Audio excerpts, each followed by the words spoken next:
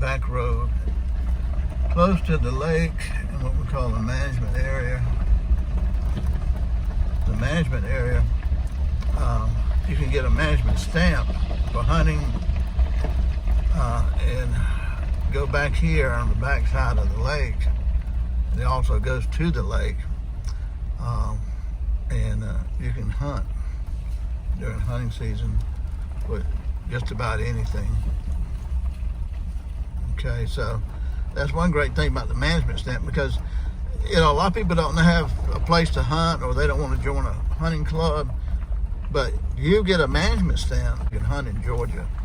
And you can hunt close to the coast, you can hunt up in the mountains of Georgia, you can hunt everywhere with that. Isn't that cool? But I don't remember what it costs now, but it was like $25 one time, I think.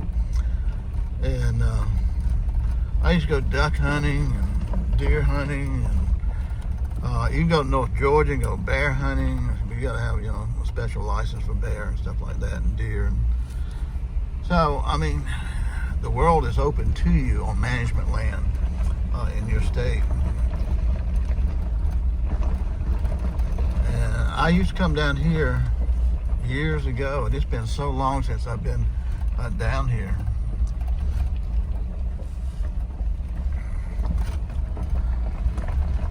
And you can see the gravel on this road. It's been well maintained here.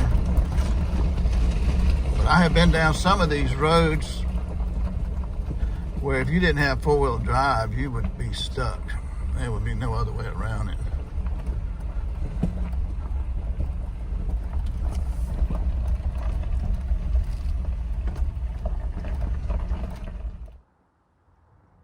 Okay, that park's over here. And this is our trail here. Again, it is, you would think it's springtime today. It's probably 75, 76 degrees. And it's warm, it's beautiful. It's just a gorgeous day. Look at that bluebird sky. Isn't that pretty?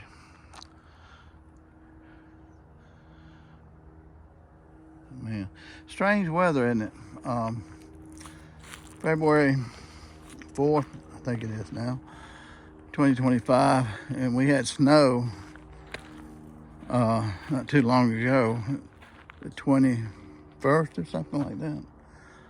And now we just have a picture perfect day. I love walking down these old roads too. Some old, tall pine trees. And I've got my binoculars with me. These are Nikon binoculars, and this is 7x35. I wanted 8x35, but 7x35 is really good. Two, if you study binoculars, the best binoculars are going to be about 8x35.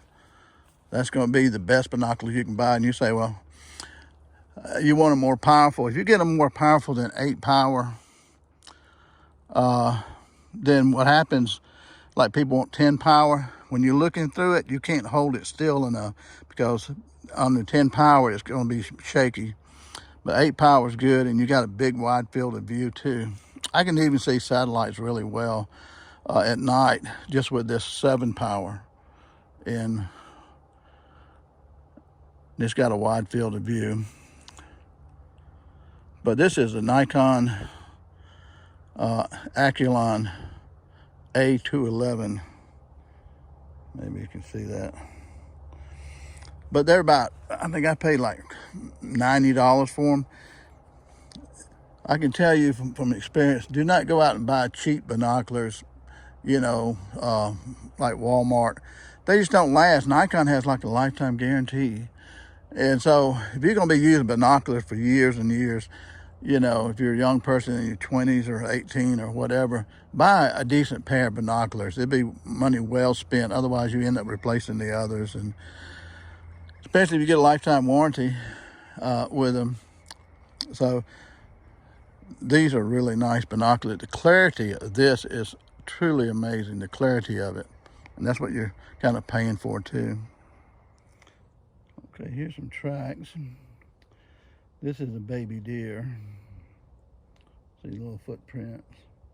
Looks big right there, but actually they're pretty small. And he's like a youngin'. He's walking right in the mud instead of walking on the dry ground. See there?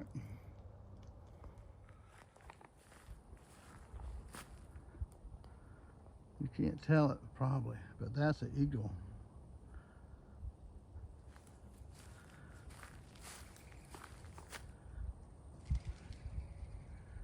Those are doves right here flying. And that's an eagle. That big bird. I can see the white on his tail, but the camera won't do it justice. So it's worth it just walking back here to see an eagle, right? Now, these are buzzards. This is generally how you see buzzards. They're gliders a lot. But what I saw was an eagle. You can tell by they flap their wings a lot. The eagles do, they're getting away. But buzzards just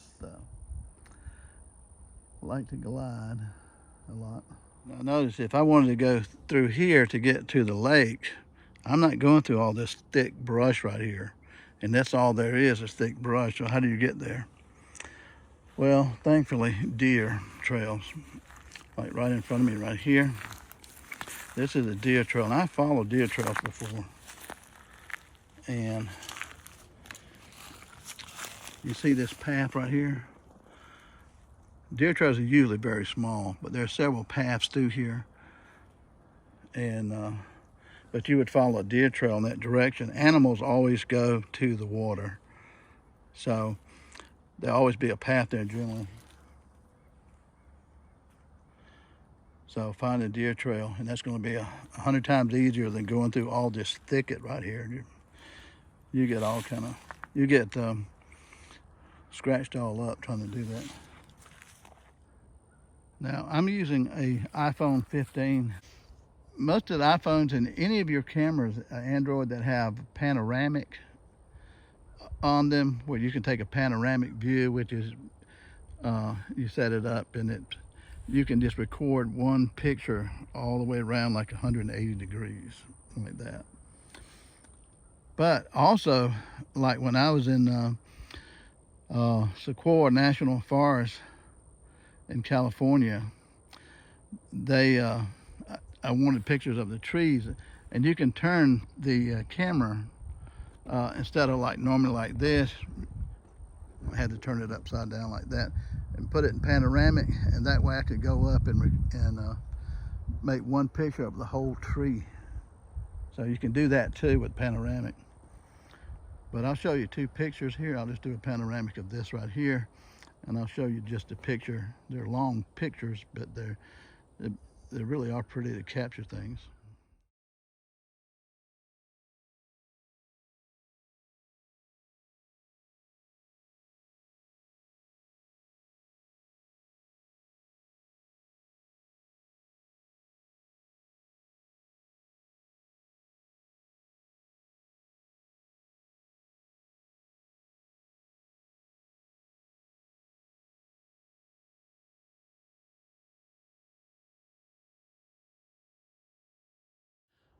You know, when you're going out trekking and you're hiking or just walking through the woods like I am today, it seems like it takes you a little while to get wherever you're going. But then on the way back, it seems time just flies by very quickly.